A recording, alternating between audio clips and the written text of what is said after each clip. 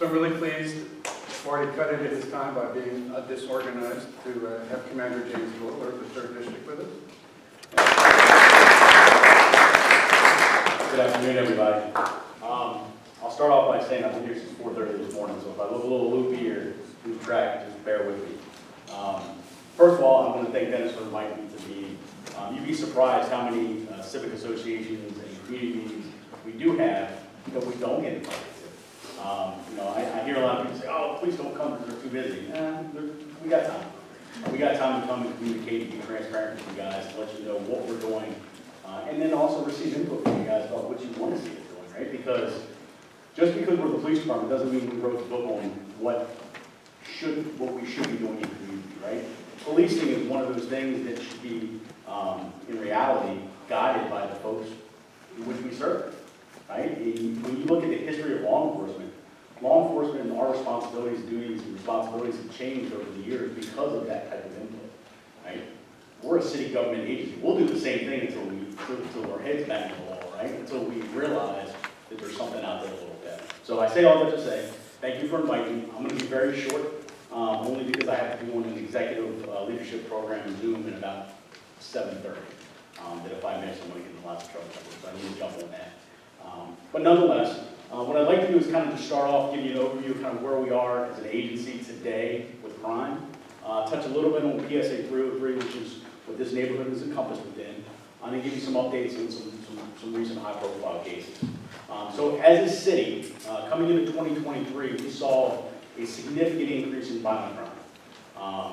We saw behaviors within our criminal element that was much different than we saw in 2022 and even pre-pandemic days.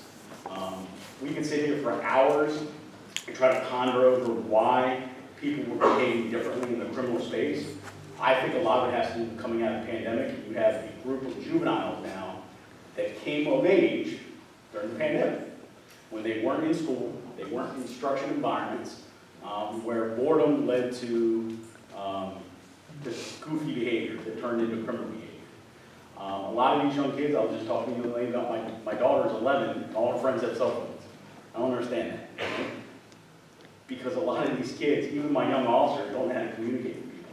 Right? All they learn is what they see on the phone every single day. And if you think about it, the level of crime relative to the rate is not much higher than it was last year. But the fear of crime in this city seems like it's through the roof. Well, part of that social media, it's our own wrongdoing.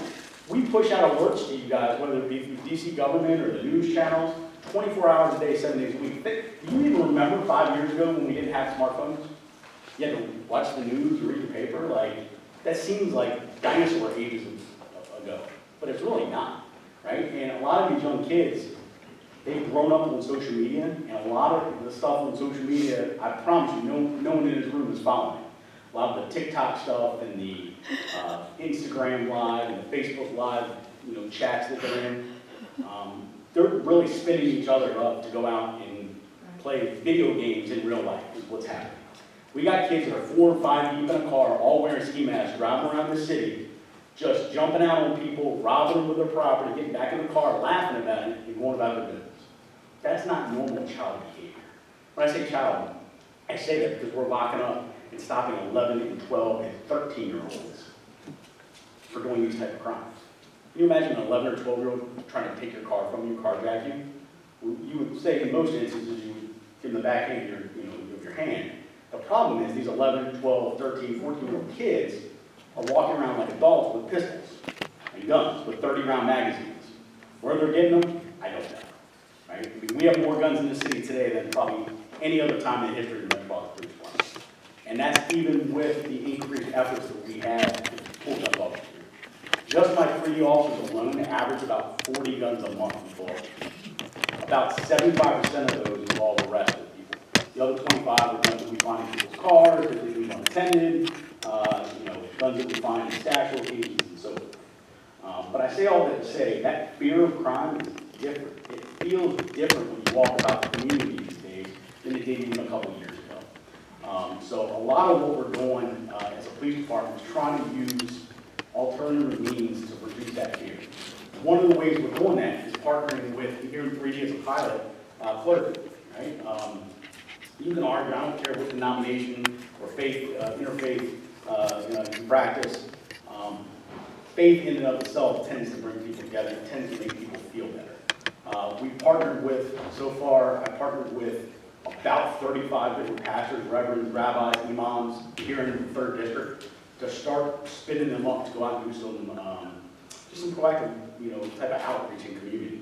And that's in all the different communities within 3D. Also, to bring them in after the fact. We spend a lot of money as a DC government on violence interruption. I know you guys know that because a lot of your tax dollars is going through. But, as we've said before, there's not a lot of metrics in whether or not it's working or not, right? Because we don't know what we don't know. What I do know is I have a lot of pastors and rabbis and imams here in the city that do very similar type of work, right? Just kind of out in the open, right? We're not hiding behind the kind of anonymity of, well, we can't tell you what we're doing because that would jeopardize our legitimacy. So starting in October, those 30 or 35 so reverends and pastors and imams and rabbis, we're going to actually start hitting the street together, police officers with clergy, and start doing some proactive outreach in the community. The second way we're going to use them is when we have a major critical incident. 7th and O Street, I had 122 rounds fired in an apartment building.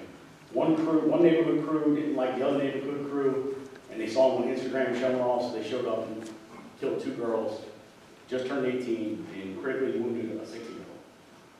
Well, that community is suffering through that, right? A lot of tensions, a lot of angry people, right? What do we worry about? We worry about retaliation, bringing those pastors in, to that neighborhood over the next 24, 72 hours, week or so after.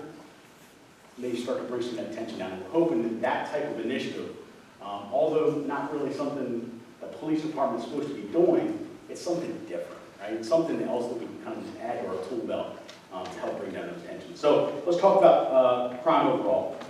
In the District of Columbia right now, we're sitting at about, citywide, at about a 25% increase in crime across the entire city compared to this time last year. The majority of it is violent crime. We started off the year with a lot of theft from autos, a lot of motor vehicle thefts. Anybody heard the TikTok Kia challenge and Hyundai challenge? Anybody had their Kia or Hyundai stolen? Usually there's 1 or 2 people in a room. So Kia and Hyundai, between certain year models, have a defect where if you crack the ignition, you can use your USB cord that charges your phone to start the car. Well, there's some kids up in Michigan that decided to call themselves the Kia Boys and put out a TikTok video that went viral. And every major law enforcement agency in the country is seeing quadruple-digit increases in motor vehicle thefts because of that. And these kids, it started off as fun, right? They break in, they crack your ignition, they steal the car, they joyride, and they dump it. Well, we always build on what we do, and these kids were now saying, hey, now that we've stolen the car, let's go use it to do a robbery spree, or let's go do a shooting, or so forth. So folks are getting their cars back, and they've been using violent felonies. Right? So that's where we really worry about trends like this popping off. So we've done a lot of different things. As you know, here in the city, the Metropolitan Police Department, we have a very, very restrictive chase policy. We do not chase vehicles unless there is imminent threat of death to somebody. And to be honest with you, I've been a cop for 25 years. I wouldn't want my coppers driving 80 miles an hour down any of these streets. It's just too dangerous for everybody. But what we've done is we've utilized our aviation assets, where our helicopter has been getting a lot of apprehensions of these felony stolen vehicles. Whereas we'll put a helicopter up over top of a stolen car so high in the air that they don't know they're above them. We'll back our police officers off of them, they'll drive to a location, park, get out the car, and our aviation assets with their cameras will be able to zoom in and tell us right where they are, so ground units can move in and stop people. And we've been really, really successful in that place. So I say, a lot. I would say to this, I tell you this, sometimes I get the call, hey, can you make that helicopter stop hovering over my house at 11 o'clock at night? Why are they out there? That's why they're out there. We rarely put the helicopter up. It costs a lot of money for us to put the helicopter in the air because of fuel. But when we need to stop some of these felony cars, that's kind of the way we're going in now, which is just a pivot in the way we do things. So overall, increases citywide in violent crime, definitely increases in property crimes in relation to theft from autos and motor vehicle thefts. When you look at PSA 303, or the 3rd District as a whole, when I break down PSA 303, you guys have had a 6% increase in violent crime, and a 19% increase in property crime. Overall, you have a 22% increase in all crime. That really kind of, if you look at it, is really in line with all the other districts in the city, as well as the other PSAs. There is no real PSA within Washington, D.C. that's not seeing these increases. Now, it's all relative, right? We are one of the most densely populated districts out of all 7 districts in the city. More people move about the 3rd district than any of the other 6, which creates a higher pool of victims, right? Because there's more of us walking around at any given time. But that said, the fact that we look at these numbers every day to pivot our response, I'm going to read you the 30-day versus the last 30-day numbers, and you'll see reductions. So when you look at the current 30-day period prior to today versus the 30-day period prior to, so we look at a 60-day comparison, this 30 days we have a 21% decrease in violent crime, of which is a 70% decrease in just robberies. Right? And I'll tell you in a minute why we think that's happening. We have an overall almost 28% decrease in property crime. So what those numbers tell me is that something is happening. Either the bad guys that were committing all the crime in July and August just went away, which we don't think happened, right? They got arrested. Well, we have made some significant arrests in that space, so that may have an impact on it. We've also reallocated resources throughout the city to deal with violent crime, i.e. robberies and carjackings, during the periods that are occurring, which is usually about 8 at night until about 3 o'clock in the morning. So currently what Chief Smith has done is we pulled together, every district has kind of chip in. We chip in 5 officers and a sergeant every Thursday, Friday, Saturday, and Sunday, which typically is our higher recidivist dates for those types of crime. And we go live with a real-time crime center at a headquarters, where we start monitoring video cameras. We've got a commander and a captain running the operations, and they essentially move all these different personnel. So you're looking at about 40 officers, maybe about 10 sergeants, a lieutenant, and maybe a captain. And they move according to real-time crime data and information. So if we have a robbery, we blast out the lookout for that robbery. We've got 30 or 40 folks now coming from different areas, kind of moving toward the ingress and egress routes of where that robbery occurred. Almost 80% of the time, we're coming across that car immediately. And if we come across the car, like I told you earlier, the helicopter's going up, and about 50% of the time we're making apprehensions with that helicopter over time.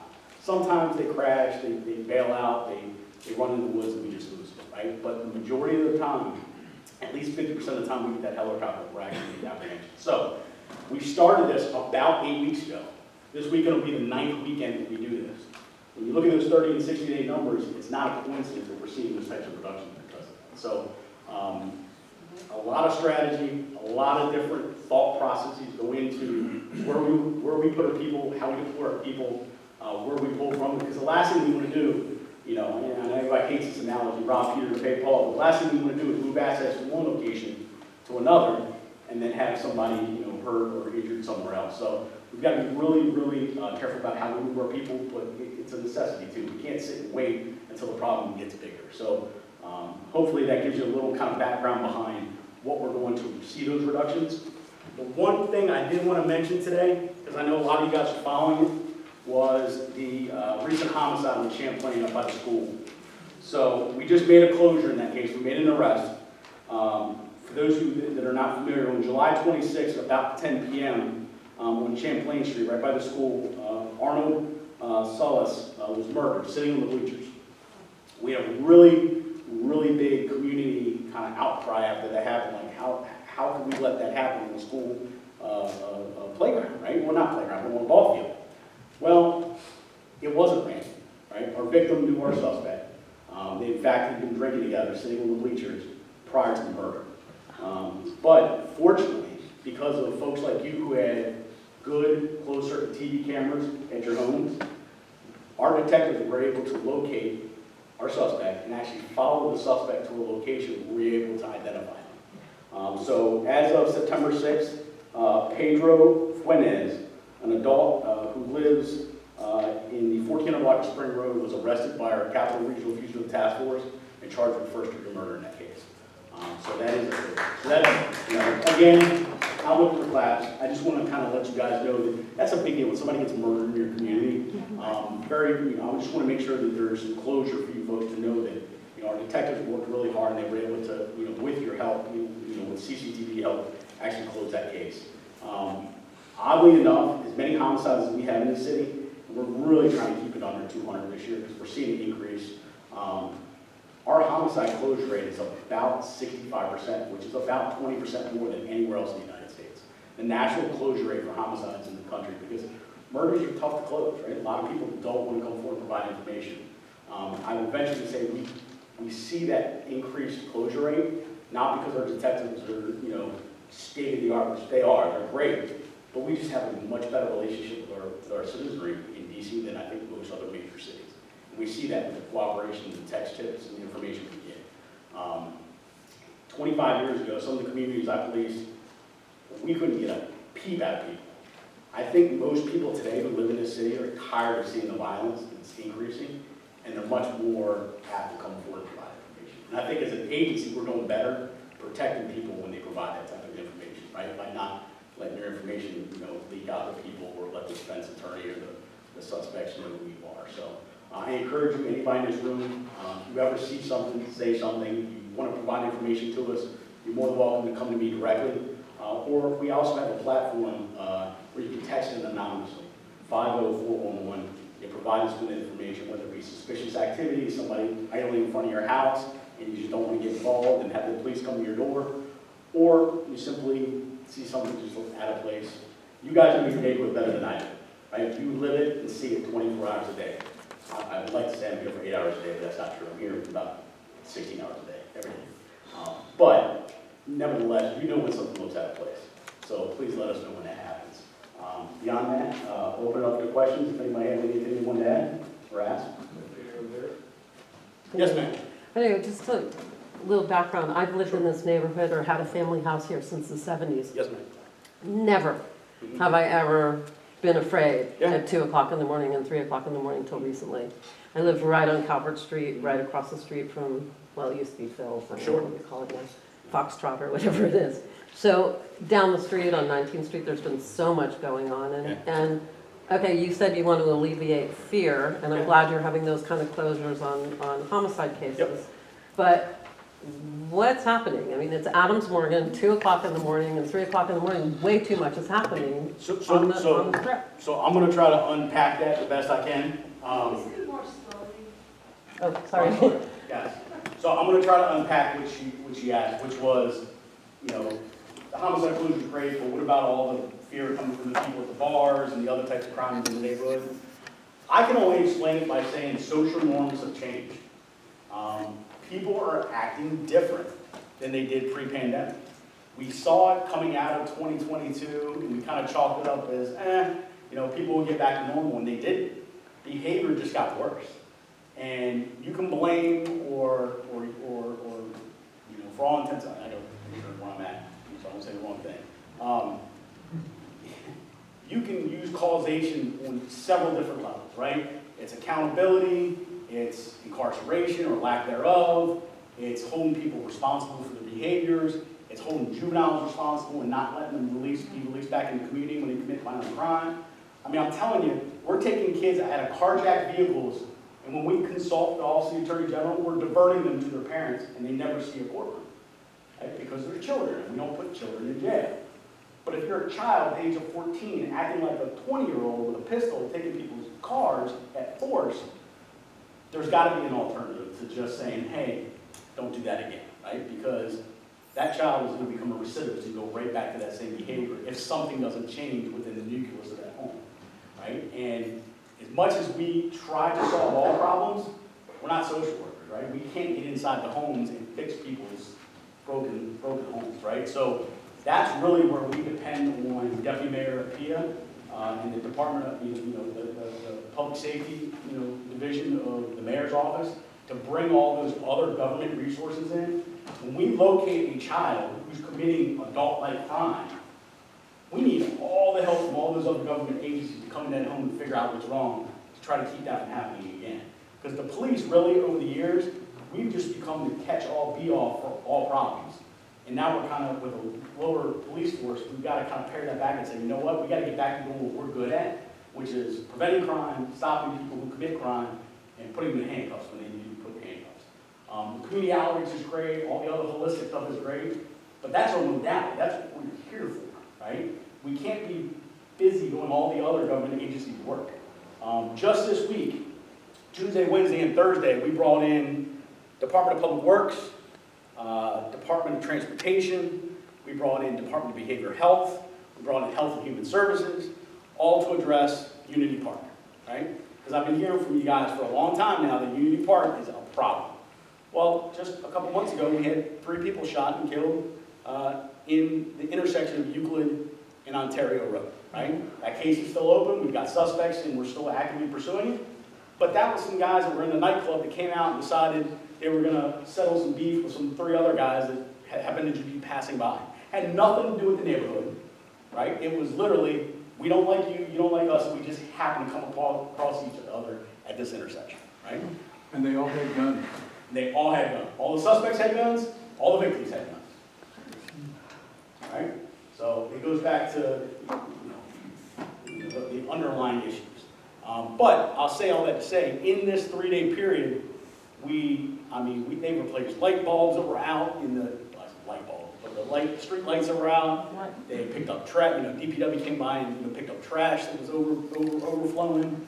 DDOT started looking at all the signage in and around Unity Park to make sure that if there was anything that needed to be fixed, they could fix it so we could enforce it.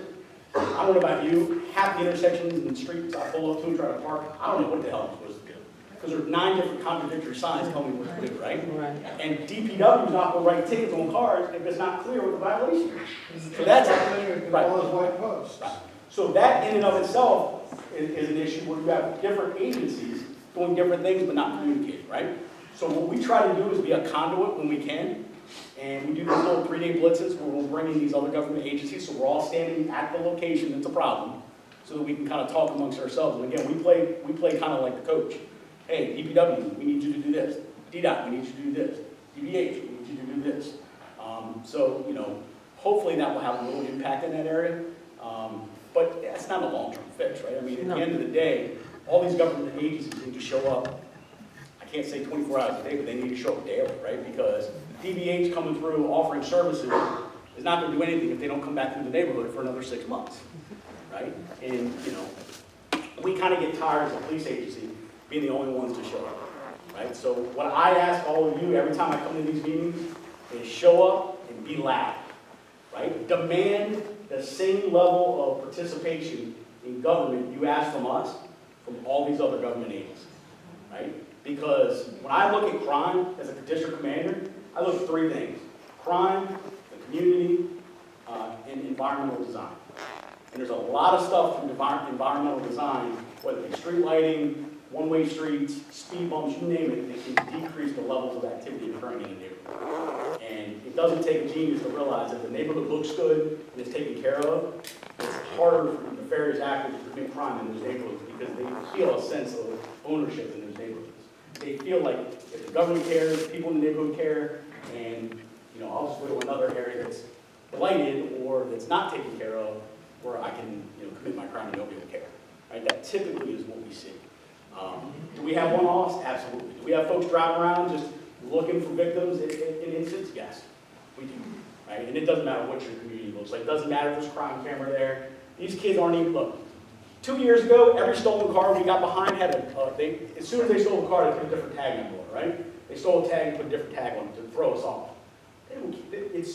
They don't care so much now that they'll steal a car. They'll ride around for a week with the same tag on, knowing that we have LPR license plate readers and we're tracking them, they could care less. And I think a lot of that has to do with that accountability piece, because so what if we get caught? We're just going to get diverted, or we're going to spend the night in jail and we'll get back out. Right? Yes, sir?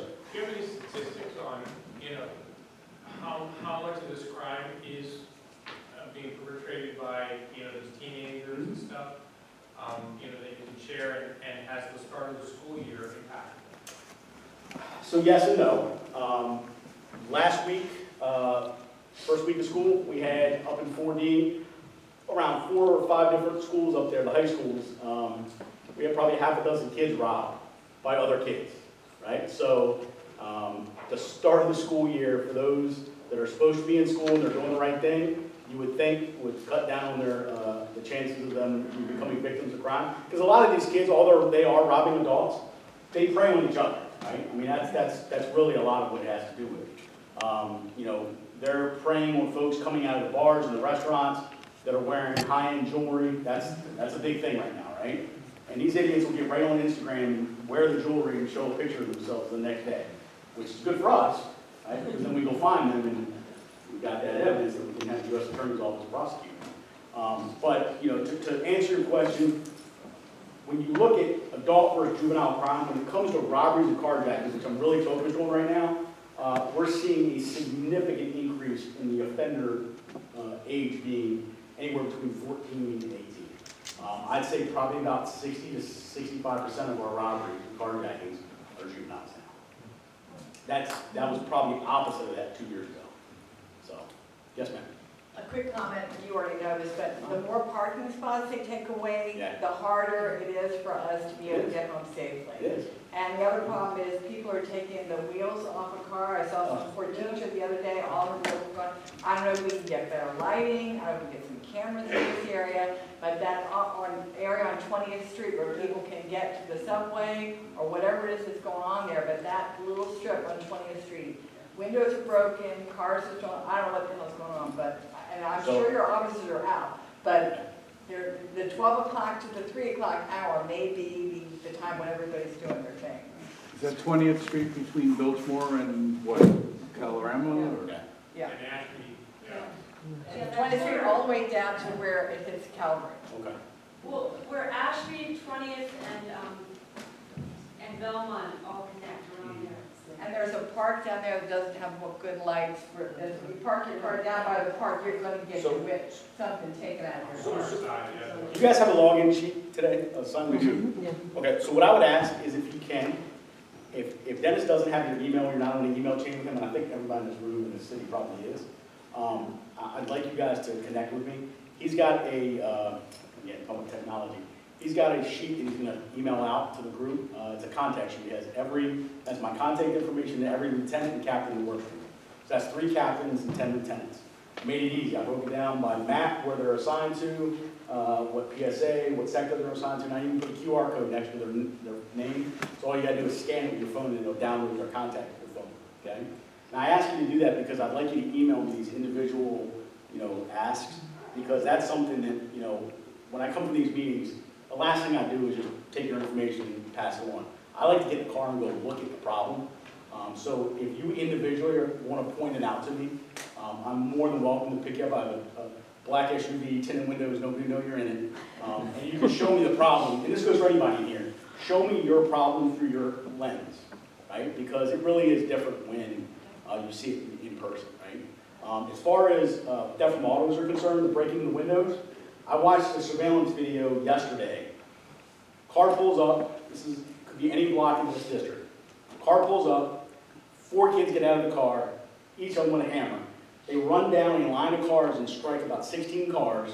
I see 2 other kids behind them reaching in. This is how you know they're kids, because there's 6 of them in a car, right, in a sedan. Little ones, right? And they're reaching in the cars, and literally, they smash 16 windows, reach into these cars, get back to their getaway car, and they're gone in all under 60 seconds. So even if that cop is doing his due diligence and he circles the block, he's going to miss that by the time he comes back around. You know what I mean? It's very discouraging for my guys, especially when they're out there, putting miles in these police cars and moving, to see that happen in the area that they're patrolling, right? But it's just that quick. It's very organized. Yes, ma'am. Do you have any sense that either our councilwoman or any of them have any idea what's going on? I think they do. No, I totally And they're do. going to do anything about it? So, ma'am, I wish I could speak for our city council members or any of our elected officials. To be honest with you, it wouldn't be fair if I did. I apologize. Give me 1 second. I'm logging on to my Zoom call, just so they think I'm on, all right? That's That way, it's, hey, man, massage it a little bit. Make sure I'm going to be here. Get myself away, right? Yeah, so I do think there's a place for increased lighting and whatnot, tree trimming and so forth. I'm We're talking getting about ready to go. putting people in jail, even if they're kids, if they're repeat offenders. Yes. If they keep, I if they keep doing this over and over. So I am no fan of mass incarceration by any means, or going through and locking up everybody with open containers standing out in front of their house trying to have a glass of wine, right? However, there's a place for that type of enforcement, right? If I've got folks that are being nefarious, doing bad things, then we should be arresting them every chance we get. And To what keep do them out of the the neighborhood. council people say when you talk to them about that? I'm sorry? What does our council want? So, you guys have had city council stand here in this room and talk to you about what they're doing, their views on things.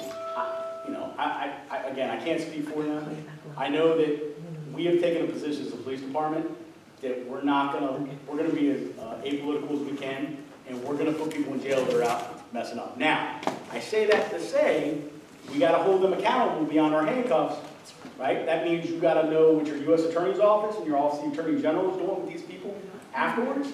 I mean, I know everybody saw that article that only 33% of all cases we present to the U.S. Attorney's Office gets paper, meaning they get prosecuted. 33%, right? So, Why is that? well, a lot of it was blamed on January 6th. You know, they were too busy doing January 6th cases to take on new cases. There was the excuse that I heard was, well, we can't prosecute every case. We have to look at the severity of it, and we have to look at the impact it has on, time, place, money that we spend to prosecute cases. Well, I'll give you an example. We have a guy down in PSA 308, a lady, who has probably done over 100 package thefts. And we continually arrest her once a week. We ask for stay-away orders. She keeps getting released. Cases get no paper, or if they get paper, the judges release her back in the community with no conditions of release. And she goes right back to what she does because she uses those package thefts to facilitate her drug addiction. Right? We've got her linked up with DBH. We've got her in substance abuse programs.